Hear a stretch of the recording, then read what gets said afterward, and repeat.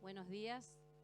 Gracias a todos por venir, a los diputados, señor gobernador, señora vicegobernadora, ministros. La verdad que es muy grato recibir al gobernador en esta voluntad que tiene él y la iniciativa, porque no tiene la obligación de venir a brindar el informe del presupuesto 2023. Así que lo recibimos con mucho gusto, señor gobernador, y dejo abierto para que usted se exprese. Muchas gracias. ¿Así estamos? Sí. Ahí está. Perdón.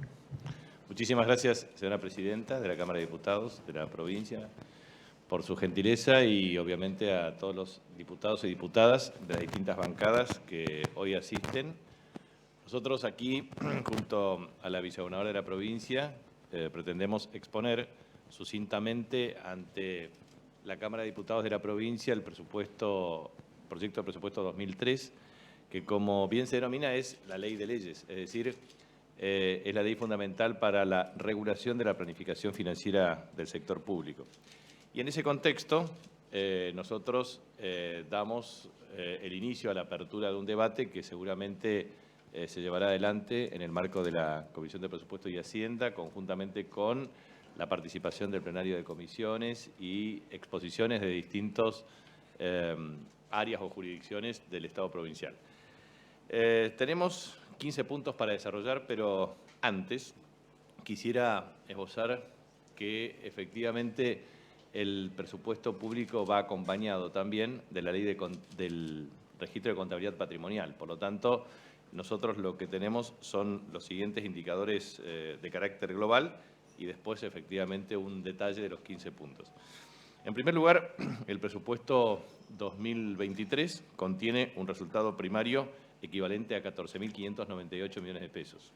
Esto significa, desde el 4 de junio del año 1953, primer gobierno constitucional de la provincia, en 69 años de historia, 4 años en forma consecutiva de resultado fiscal positivo, desde el punto de vista primario y financiero, con una previsión de 4.161 millones de pesos. Ese es el primer tema. Segundo tema que me parece importante es que el patrimonio neto del Estado provincial asciende a 1.451.451.316.614. Esto nos parece importante porque la contabilidad patrimonial del Estado permite observar el estado de situación patrimonial y la composición del activo, del pasivo y del patrimonio neto, consolidando efectivamente las distintas jurisdicciones y las empresas públicas. Esto es un dato relevante porque forma parte también de la agenda de debate y discusión hacia adelante. En segundo lugar, los ingresos públicos ascienden a 709.936 millones de pesos en el presupuesto. Los recursos de origen nacional son 528.028 millones y los recursos de origen provincial 92.298 millones de pesos. El gasto público de carácter total asciende a 705.775 millones de pesos, el gasto primario a 695.338 millones de pesos y los gastos de capital ascienden a 164.008 millones de pesos, de los cuales la inversión real directa a 118.623 millones de pesos, con transferencias de capital equivalente a 14.984 millones de pesos y una inversión financiera de 30.402 millones de pesos. Nosotros consideramos que estos números de carácter general son relevantes en virtud de lo que esto implica para el Estado provincial. Y en ese contexto, el primer punto que nosotros pretendemos hacer como referencia es la estabilidad fiscal histórica.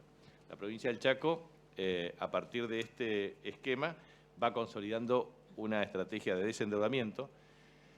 El desendeudamiento puede medirse desde el año 2007 en adelante y podemos tener antes, inclusive, una valoración en valores constantes. Y eso significa tomar un stock de 562.000 millones de pesos y un stock hoy de 129.000 millones de pesos.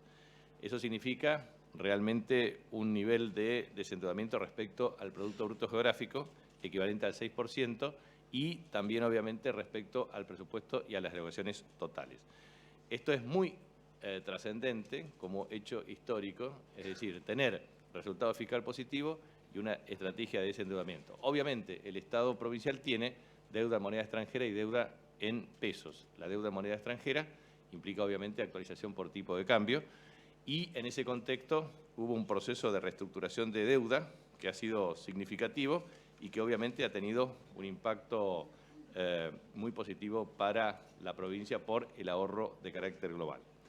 Nosotros hemos tenido un escenario macroeconómico a nivel internacional que fue altamente incidido por la pandemia y obviamente por la guerra de Rusia-Ucrania. Eso significó un impacto en el incremento del precio de alimentos y energía y minerales y obviamente una afectación en la tasa de crecimiento de la economía mundial y por supuesto en el nivel de precios. El nivel de precios para el año 2022, equivalente a 8,3% de acuerdo a las estimaciones, aumenta significativamente respecto al 3,5% del año anterior, y esto significa también medidas que adoptan los bancos centrales de las principales economías del mundo respecto a las proyecciones que existen para el año próximo. Primero, un incremento en la tasa de interés. Segundo, una tendencia a la disminución del precio de commodities y sobre todo de bienes exportables para economías emergentes. Tercero, una caída en la actividad económica y en las proyecciones de crecimiento. Esos elementos configuran claramente un escenario macroeconómico con perspectivas distintas respecto al año 2022 y al año 2023. La economía argentina, como ustedes saben, tuvo prácticamente una caída del 10% en el año 2020, una recuperación del 10,4% en el año 2021, una proyección en términos de recuperación para el año 2022, y en ese sentido nosotros hemos tenido en el primer semestre del año 2022 el equivalente al 6,6% de crecimiento. Superior a la economía argentina, pero naturalmente nosotros debemos observar cuáles son los agentes dinamizadores del crecimiento. En primer lugar, la industria de la construcción. En segundo lugar, la recuperación de turismo y esparcimiento. En tercer lugar, un impacto significativo de la evolución de los indicadores industriales. Y en cuarto lugar, el acompañamiento del sector agropecuario en la estructura productiva y en el valor agregado de producción de la provincia del Chaco.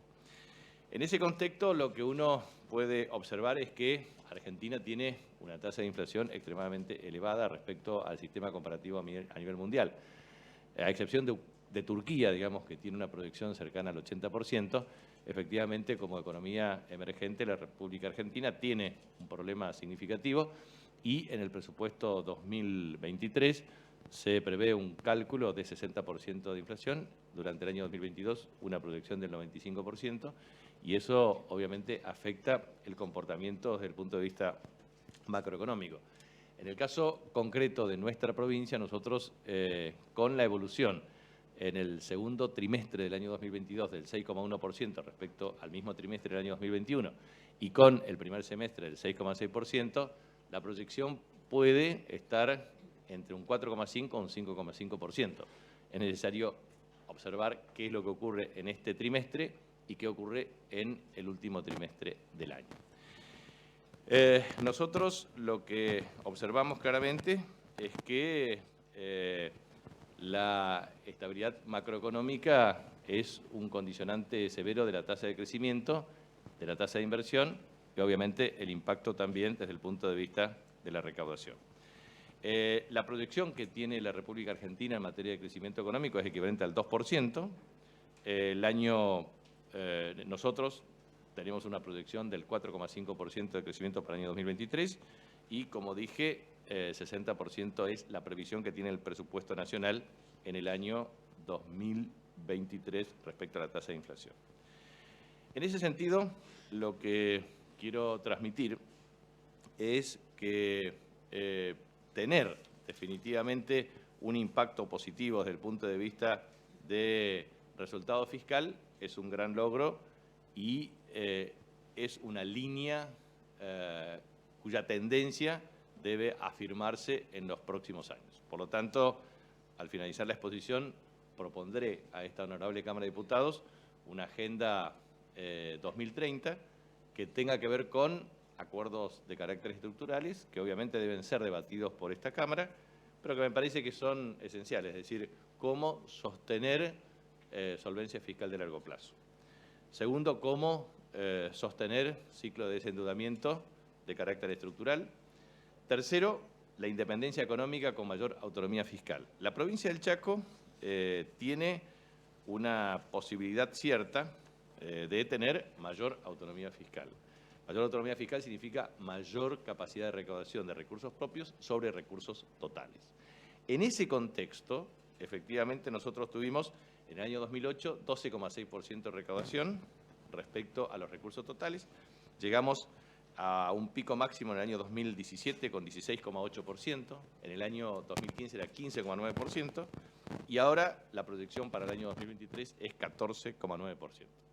La verdad es que allí nosotros lo que pretendemos es apuntar a un 20%, para lo cual es necesario mejorar aún más la tecnología, reducir los grados de evasión y elusión y a su vez ensanchar las bases desde el punto de vista impositivo de algunos tributos. El impuesto inmobiliario rural debe ser parte de ese objetivo de discusión porque efectivamente la provincia tiene las siguientes particularidades.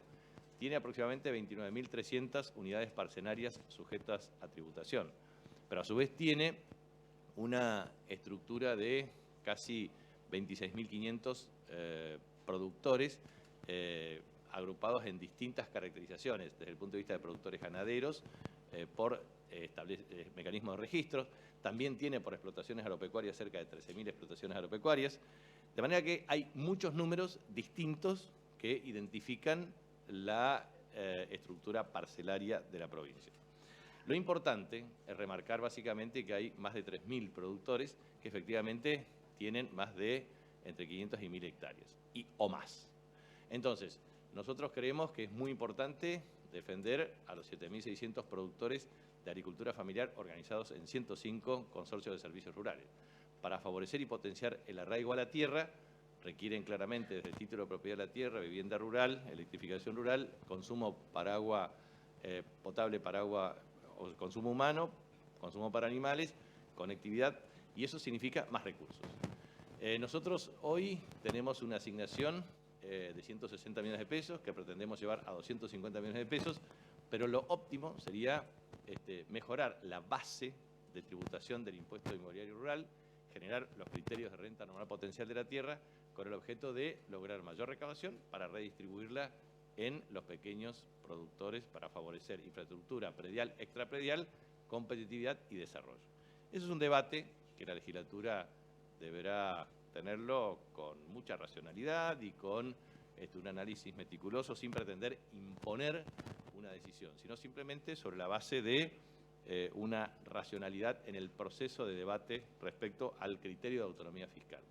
Pero llegar a mayor autonomía fiscal nos parece un tema esencial.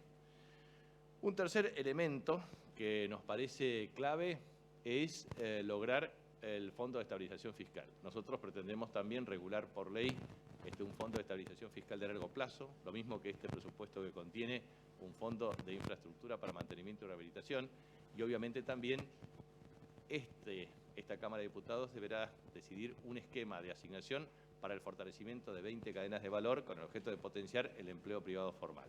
Nos parece muy importante lograr mayor autonomía fiscal, desendeudamiento, sostenibilidad fiscal y aplicación de los recursos fiscales para aumentar la productividad de los factores. Respecto a la estructura del gasto público, nosotros creemos indispensable entender que la estructura tiene que tener algunos criterios básicos. Primero, que la masa salarial del sector público provincial no exceda entre el 45 y el 50% del total de erogaciones. Nos parece que debemos situarnos más en el 45% que en el 50%, y eso nos da sostenibilidad de largo plazo. Y eso tiene que ver con una propuesta vinculada al tema de vacantes, congelamientos y estructura de cargos proyectada. Nosotros entendemos que la masa salarial del 45% del sector público, con 60.000 agentes sobre la base de los que se jubilan solamente no cubriendo vacantes en un periodo de tiempo proyectado, nos va a dar solvencias de carácter fiscal intertemporal. El municipio de la Ciudad de Resistencia, con el intendente Gustavo Martínez, ha propuesto una estrategia que nos parece muy importante en ese sentido. Y nos parece que si somos capaces entre todos de fortalecer una dimensión de participación relativa de la masa salarial sobre el gasto total y la estructura de cargos, tanto en provincias como en municipios y en las empresas públicas, eso nos va a dar un horizonte muy sostenido de solvencia fiscal de largo plazo. En ese sentido, también esto tiene que estar acompañado por la inversión pública. La inversión pública debe estar en torno al 20 al 23% de las erogaciones totales. Si nosotros somos capaces de administrar eficaz y eficientemente el gasto proporcionalmente de la masa salarial, si somos capaces de mantener una inversión sostenida en materia de inversión real, pública, lo que estamos haciendo es promover empleo, mejorar la logística integrada, aumentar la competitividad sistémica de la economía y lograr definitivamente más inversiones de carácter programado. También lo que quería transmitir es el impacto que tiene para nosotros el tema de Norte Grande. Nosotros hemos incluido el artículo 86 del proyecto de ley de presupuesto de la Nación, en donde se establece el financiamiento estructural del corredor bioceánico norte. Ese corredor bioceánico norte tiene una proyección de 30.000 millones de dólares para los próximos 15 años. Hemos expuesto ante el Banco Mundial, ante el Banco Interamericano de Desarrollo, lo haremos también con la Corporación Andina de Fomento y obviamente lo hicimos ante el Ministro de Economía, Sergio Massa, lo hemos transmitido al Presidente de la República y al Jefe de Gabinete de Ministros, con el objeto de garantizar que durante los próximos 15 años tengamos una disponibilidad de carácter plurianual de 2.000 millones de dólares por año en la ley de presupuesto con financiamiento internacional y nacional. La República Argentina obtiene financiamiento por casi 4.000 millones de dólares por año en los organismos internacionales. Y eso se da a través de una política de revolving permanente, es decir, tomar endeudamiento para pagar lo ya existente. Y a su vez eso es un esquema, un rollover permanente de recursos que a su vez nos permite garantizar acceso a financiamiento para múltiples programas de infraestructura. El Norte Grande está desarrollando lo que se denomina un plan director en el corredor bioceánico, que toma la hidrovía Paraná-Paraguay con la red Capricornio de fibra óptica, la red ferroviaria, la red vial, vías y autovías, conjuntamente con un desarrollo de los puertos fluviales para tener salida a los puertos marítimos, uniendo el Atlántico con el Pacífico. La red de Capricornio, tomando efectivamente el esquema de conexión Sao Paulo, nos permite ahorrar costos, no ir a las toninas y descentralizar el sistema de comunicación en red de fibra óptica. Lo estamos trabajando todos los gobernadores del Norte Grande para unir desde Brasil hasta Chile, Atlántico con el Pacífico.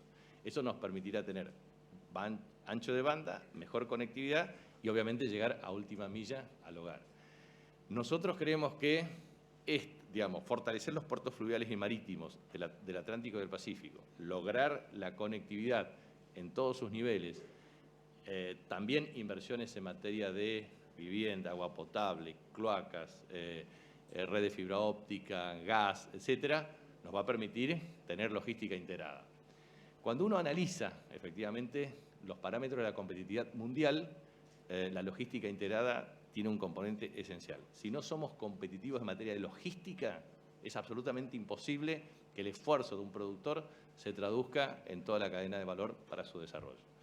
Entonces, nos parece que esto es una cuestión esencial. Entendemos nosotros que existen grados de consenso para la aprobación de la ley de presupuesto en el Congreso y de este artículo 86. Nosotros en la exposición que tuvimos en Washington ya estamos trabajando con un proceso de negociación con las instituciones multilaterales. De hecho, el próximo 13 de octubre en Santiago del Estero tendremos una reunión cumbre de Asamblea de Gobernadores del Norte Grande. Está el modelo ya de nota y empezaríamos un proceso que sería una misión de preparación, de identificación, de formulación, para llegar en el primer semestre del año próximo en los directorios respectivos de los bancos para tener un esquema de aprobación plurianual con el objetivo de que la República Argentina ponga la contrapartida financiera, las obras se realicen en nuestras provincias, corrijamos asimetrías estructurales históricas y logremos financiamiento programado para los próximos 15 años.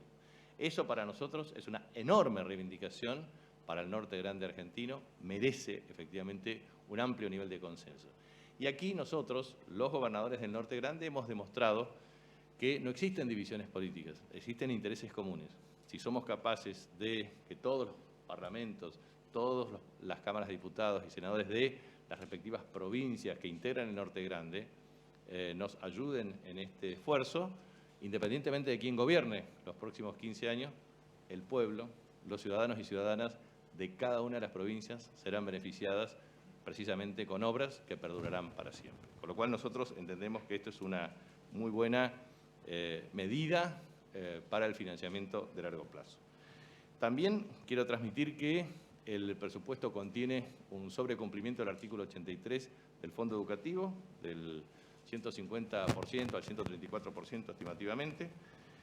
Entendemos que tiene un valor significativo el tema de lo que es la perspectiva de género, medio ambiente y niñez que contempla este presupuesto, lo cual es también una muy buena metodología para el abordaje de la situación. También la agenda digital. Nosotros estamos obteniendo el financiamiento de NACOM, más los recursos propios del Estado provincial, para lograr los 3.000 kilómetros de fibra óptica para unir a los 70 municipios. Nosotros ya estamos contando progresivamente con los insumos y los materiales necesarios. Entendemos que para el año 2023 de 2.300 kilómetros pasaremos efectivamente a 3.000 kilómetros y, por supuesto, la red de última milla al hogar a través de una operatoria en donde, desde cable operadores hasta servicios de proveedores de Internet, más Everon y ECOM, puedan garantizar efectivamente una plataforma junto al sector privado para que lleguemos a la universalización o una tendencia a la universalización de fibra óptica de última milla al hogar. En ese contexto, la agenda digital es clave, por eso estamos trabajando desde la historia electrónica centralizada hasta, como ustedes están observando también, que los decretos se publican vía electrónica y hay firma digital, por lo tanto no hay firma manual. Es decir, estamos ya con todo un desarrollo de la agenda digital para eliminar el papel y lograr que efectivamente todos los trámites en la administración pública y en todos los sectores sea absolutamente descentralizado. Y estamos trabajando con mecanismos de telemedición para los servicios públicos hasta otros estándares que progresivamente se van a ir aplicando y que para nosotros constituye definitivamente uno de los mejores criterios hacia adelante. Por eso, si uno toma en consideración la estructura del gasto, observará que en educación el gasto previsto para el año 2023 asciende a 190.857 millones de pesos, en salud pública 75.801 millones de pesos, en obras públicas 111.705 millones de pesos, en seguridad 52.402 millones de pesos, en desarrollo social 36.131 millones de pesos y en producción y empleo 12.238 millones de pesos. También están todos los mecanismos de recomposición salarial para cada uno de los sectores, con la inversión pública récord y significativa distribuida por cada uno de los sectores, entre obras urbanas, energéticas, educación, cultura, deporte, recreación, salud social, administrativo, productivo y de seguridad. Nos parece muy importante observar que para el año 2023 en salud se lograrán inversiones equivalentes a 4.454 millones de pesos, que equivalen a 490% más que lo invertido en el año 2022. Y en ese sentido, nos parece muy importante observar claramente que la inversión en materia de equipamiento y de tecnología para el sector salud va a ser una prioridad en el transcurso de la ejecución efectiva de este año. Por eso nosotros entendemos que en materia de salud pública la inversión tiene que ver con renovación parcial del parque automotor, es decir, ambulancias. El número óptimo de ambulancias en la provincia es equivalente a 290 ambulancias con los esquemas de backup, digamos, para deterioro y renovación. se está en proceso de adquisición para lograr efectivamente el punto óptimo de cobertura, la refuncionalización de los servicios de alta complejidad, la inversión en equipamiento, que son mamógrafos, resonadores magnéticos, equipos de rayos X y también fortalecimiento para atención primaria de la salud. En ese contexto, la incorporación creciente de médicos, que son recursos humanos críticos, y también la capacitación de auxiliares en enfermería, etcétera, para llegar a un punto óptimo, equivalente a 11.300 agentes, con un desafío que tiene que ver con la posibilidad de tener convenio colectivo de trabajo del sector público, carrera sanitaria en proceso de implementación y un modelo de perspectiva de capacitación y gerenciamiento adecuado de los centros de salud y de los hospitales públicos. Esto está contemplado con un nivel de detalle para el desarrollo, lo mismo que en materia educativa, y los incentivos correspondientes al empleo, vinculado también a una estructura de mayor eficiencia del gasto operativo que equivale al 6,4% del presupuesto total. Siempre, cuando uno analiza estándares de carácter internacional, los gastos operativos deben ser más o menos equivalente al 0,7% de gasto de personal. Esto más o menos se va en esa lógica en materia de prestación de servicios, de manera que es compatible con la evolución de precios y es compatible con estándares de aplicación eficiente. Para no extenderme más, y porque sé que esto obviamente va a formar parte de una agenda de trabajo y de compromiso con el ministro de Economía, Planificación e Infraestructura y con todas las áreas jurisdiccionales, quisiera proponer básicamente una agenda de trabajo en conjunto tendiendo una visión hacia el año 2030. En primer lugar, deberíamos pensar en forma colectiva, como una política de Estado, pensar en una segunda generación de reformas de carácter fiscal en la provincia. En primer lugar, sostener la regla de superávit fiscal. En ese sentido, nosotros deberíamos, y si bien tenemos la ley de responsabilidad fiscal, deberíamos construir consensos vinculados a que el resultado financiero de la Administración no debería empeorar en términos de Producto Bruto Geográfico en periodos fiscales con crecimiento de la economía. Es decir, que deberíamos hacer un uso responsable de los recursos. En periodos de expansión económica, la perspectiva de acumular recursos debería ser una regla para sostener un fondo de estabilización fiscal cuya imposición financiera y rendimiento debería ayudar a la solvencia fiscal de la provincia. En ese sentido, nos parece muy importante observar lo siguiente. Si nosotros evaluamos nuestros periodos de administración provincial, vamos a estar en promedio cercano al 5,7% anual acumulativo de crecimiento del Producto Bruto Geográfico. El Producto Bruto Geográfico obviamente depende no solamente de las políticas públicas del Estado provincial, sino también del escenario macroeconómico internacional y nacional. Pero debemos nosotros generar ciertas reglas y condiciones para evitar o atenuar o minimizar impactos o shocks adversos que obviamente pueden generar desequilibrios o desestabilización de corto plazo. O sea, esta primera regla fiscal nos parece muy importante, que es la regla claramente de superávit fiscal. Segundo, la regla vinculada a las metas de autonomía fiscal. Allí tendríamos que avanzar en un debate respecto a la pertinencia de reformas de carácter tributario que nos apunten a tener mayor autonomía, es decir, mayor eficiencia desde el punto de vista de la tecnología, reducir al máximo las potencialidades en materia de evasión fiscal o elusión fiscal y obviamente la estructura de recaudación patrimonial que nos permita aproximarnos a una meta entre 17 y 20% de los recursos propios respecto a los recursos totales. Es un tema que implica desde la ampliación de la base imponible hasta la progresividad del sistema tributario y la modernización tecnológica. Nos parece que eso es parte de un debate que podríamos formar parte de un modelo de largo plazo para la provincia. Hoy hay una propensión en todos los sistemas tributarios del mundo a aplicar claramente inteligencia artificial, algoritmos, tecnología de blockchain, Machine Learning, o sea, hay mucha tecnología disponible para lograr que efectivamente sistema de régimen simplificado, que ya lo estamos implementando gracias a la aprobación de esta honorable Cámara de Diputados, más mecanismos que nos permitan simplificar los trámites por parte de los contribuyentes, nos va a permitir ensanchar las bases del crecimiento. Y es interesante recordar lo siguiente: en el mes de diciembre del año 2019, la recaudación mensual era equivalente a casi 1.000 millones de pesos y ha superado ya los 5.000 millones de pesos. Hay un efecto inflacionario, pero hay un efecto también de crecimiento de la recaudación en términos reales. Esto es producto de un conjunto de circunstancias, que va desde el crecimiento del Producto Bruto Geográfico hasta una mejora en la administración tributaria.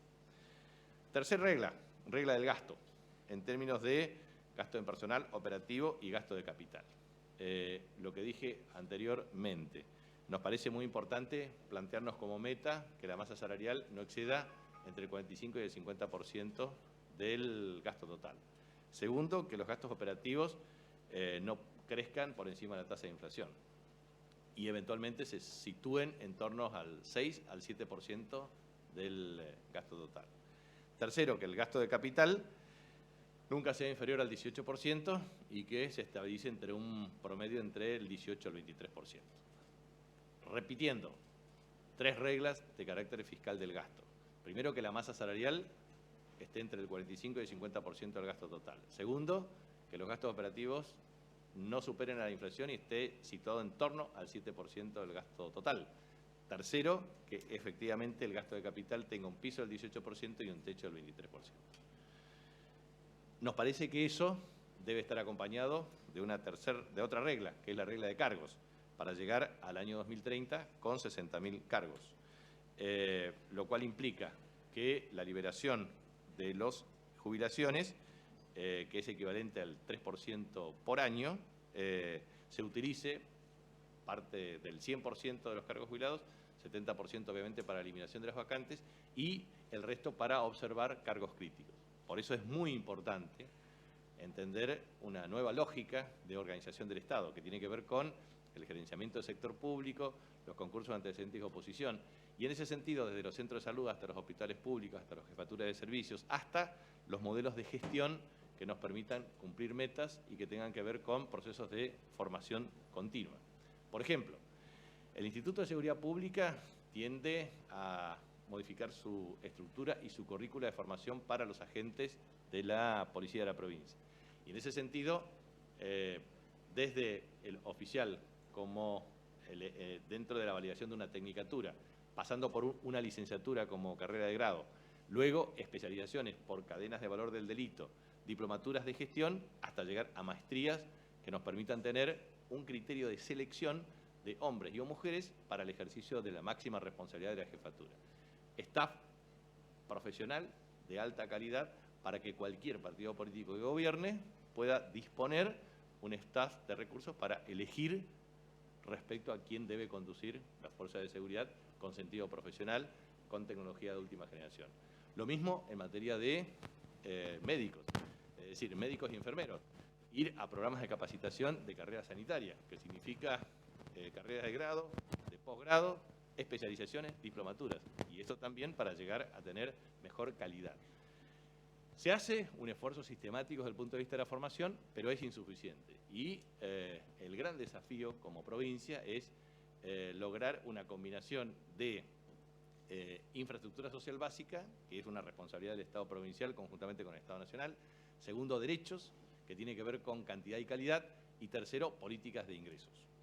En ese sentido, entendemos que esta regla de cargos debería ser parte del debate del presupuesto 2023 y también una regla de endeudamiento responsable, es decir, primero, no tomar endeudamiento de moneda extranjera para gasto corriente. Segundo, que el endeudamiento solamente pueda ser tomado para obras o proyectos de infraestructura de carácter estratégico, principalmente vinculados a organismos multilaterales de crédito, que tiene largo plazo y tasas de interés muy convenientes. Si uno logra realmente establecer estos mecanismos de financiamiento y estas reglas, habremos de construir institucionalidad fiscal. Lo mismo con respecto al tema de las reglas desde el punto de vista de la contabilidad patrimonial, es decir, cómo fortalecer las capacidades del Estado para recuperar cuentas por cobrar para administrar mejor el stock de bienes existentes. Nosotros tenemos bienes inmuebles y bienes muebles. Bienes muebles que deben tener un periodo de uso y remate público como se hace, pero muchos bienes inmuebles que deberíamos formar parte de este debate de un modo sano y responsable, porque muchas veces tenemos inmuebles ociosos y esos inmuebles deberían formar parte de un fondo cuya maximización apunte, por ejemplo, a resolver los problemas de financiamiento del déficit previsional de largo plazo. De manera que nosotros estamos abiertos a ideas, a un debate profundo y a entender que el presupuesto es una herramienta clave.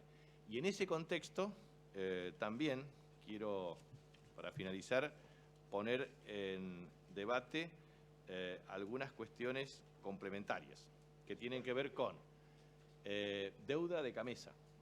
Nosotros estamos consolidando finalmente la deuda de Camesa con el Estado Nacional.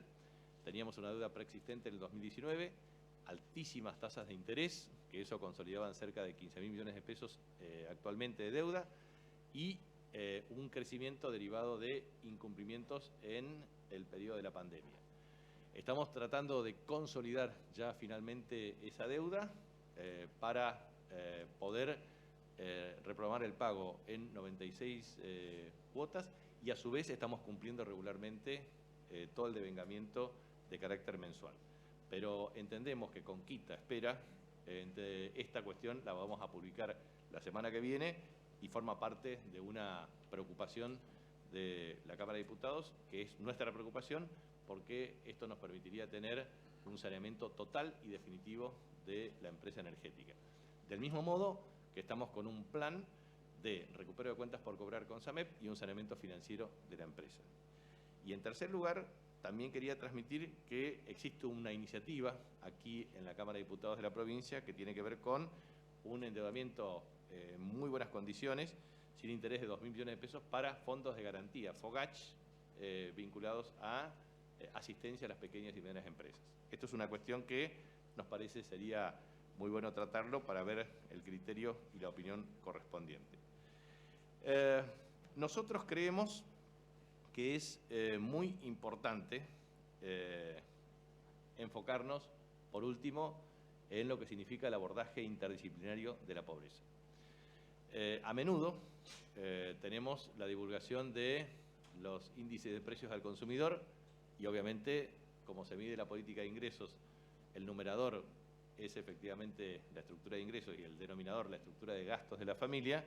Cuando hay alta inflación, el denominador crece de una manera sistemática y desmesurada y los ingresos se ven afectados. Primero, para aquellos que son convenios colectivos de trabajo, muchas veces percepción por debajo de la inflación y por el otro lado, alta informalidad laboral. Y en este sentido, nos parece muy importante dar un debate profundo. La provincia del Chaco forma parte del análisis del Gran Resistencia, que es uno de los 31 conglomerados que mide el INDEC. De 300 muestras que se toman, entre el 35 al 38% no tienen respuesta. Tiene más altas respuestas los sectores de menores ingresos que los de mayores ingresos. Por lo tanto, existía y existe siempre una distorsión muchas veces cuando se mide desde el indicador de empleo o subempleo hasta el indicador de pobreza e indigencia. Nosotros vamos a plantear una metodología de abordaje al INDEC para que podamos tener realmente una evaluación sistemática de la pobreza estructural y la pobreza por ingresos. Por una razón muy sencilla, porque que hay pobreza nadie puede desconocer. Ahora, la fluctuación entre cada trimestre, que puede decir que Corrientes tiene 27% de pobreza y al otro trimestre tiene 38% y después otra tiene 40% y después así es muy difícil tener una capacidad de abordaje de carácter estructural, tanto para hogares como para personas. Entonces, lo que nosotros tenemos que plantearnos es cómo abordar responsablemente una estrategia para resolver los problemas de pobreza. La primera cuestión es que si uno toma el sistema comparado a nivel internacional, lo que es necesario advertir es que la pobreza depende de, primero, tasa de crecimiento de la economía. Si no hay una tasa de crecimiento de la economía sostenido, efectivamente la pobreza no disminuye de una manera estructural. Y en este sentido, el ejemplo de China es, desde 1978 al año 2021, erradicó prácticamente 800.000 personas de los parámetros de pobreza e indigencia. Y lo hizo, primero, con tasa de crecimiento equivalente al 9,5%. Segundo, con dos garantías importantes, que tienen que ver con alimentos y vestimentas. Y tercero, con tres garantías específicas, que tienen que ver con educación, salud y vivienda. De manera que nosotros, por ejemplo, hemos hecho un gran esfuerzo en materia de infraestructura social básica, pero no alcanza. Entonces, infraestructura social básica más derechos son dos condiciones importantes. Tercero, política de ingresos. En materia de infraestructura social básica necesitamos todas las inversiones en materia de vivienda, que tienen que ver con agua potable, cloacas, energía eléctrica, servicios de conexión de Internet de última milla, hasta gas en el mayor número posible. Ese esfuerzo de infraestructura social básica coadyuva a un entorno adecuado desde el punto de vista de infraestructura para disminuir la pobreza estructural. Después el tema de derechos, derecho a la alimentación, derecho a la educación, derecho a la salud, derecho a la seguridad, derecho a la justicia, derecho al deporte, a la cultura, etcétera, es muy importante. Ahora bien, tenemos dos andariveles, el derecho en términos de cantidad y de calidad. Muchas veces podemos acceder a derechos en cantidad, pero no en calidad. La mejora en calidad es nuestra responsabilidad y eso obviamente es un desafío que lo tenemos que hacer todos los días de la gestión. Y en tercer lugar, la política de ingresos. Y la política de ingresos significa empleo, salarios y reducción de la informalidad laboral. La provincia del Chaco tiene aproximadamente entre 1,2 millones de habitantes, cerca de 540.000 conforman la población económicamente activa. En ese contexto, definitivamente más de 300.000 personas son empleos formales y cerca de 200.000 empleos informales. El empleo informal tiene menor ingreso relativo que el empleo formal. De manera que eso afecta claramente los indicadores de indigencia y de pobreza. Por lo tanto, propongo abordar esto con un sistema de información estadística, de medición, con una comisión que trabaje de los distintos partidos políticos, convocar al Consejo Económico y Social y trabajar con un nivel de detalle. Porque el mismo problema de la distorsión de las mediciones de empleo, subempleo, pobreza, indigencia, lo tenemos también con el comercio exterior. El comercio exterior está subvaluado en las provincias argentinas. Y si tomamos la sumatoria del Producto Bruto Geográfico de las provincias, es superior al Producto Interno Bruto consolidado del país. Entonces tenemos un problema metodológico, es decir, no desconocer los problemas que tenemos, pero sí medir bien para tener mejores políticas públicas con el objeto de garantizar mejores resultados. De manera que el desafío es grande, pero es importante también demostrar que juntos, trabajando con responsabilidad, tanto nosotros en el ejercicio del oficialismo como ustedes en la oposición, nos permiten mejorar a partir del control el diseño de las políticas públicas. Y las políticas de Estado son para siempre. Por lo tanto, a nosotros nos corresponde hoy tener la responsabilidad de gobierno, a la oposición seguramente en el futuro, y en consecuencia este nivel de interacción entre oficialismo y oposición debe tener el diseño de políticas responsables para que el beneficio corresponda a cada chaqueño y a cada chaqueña. Muchas gracias por prestarnos atención y ojalá que esto sea un debate fructífero y que podamos lograr el máximo nivel de consenso para el beneficio del pueblo chaqueño. Muchas gracias.